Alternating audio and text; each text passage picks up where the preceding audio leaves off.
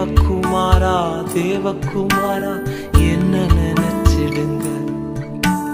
தேவகுமாரா தேவகுமாரா கொஞ்சம் நினைச்சிடுங்க.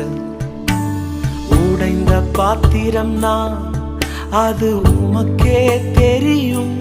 தேவன் பயன்படுத்துகிறீர், இது யாருக்கு புரியும்?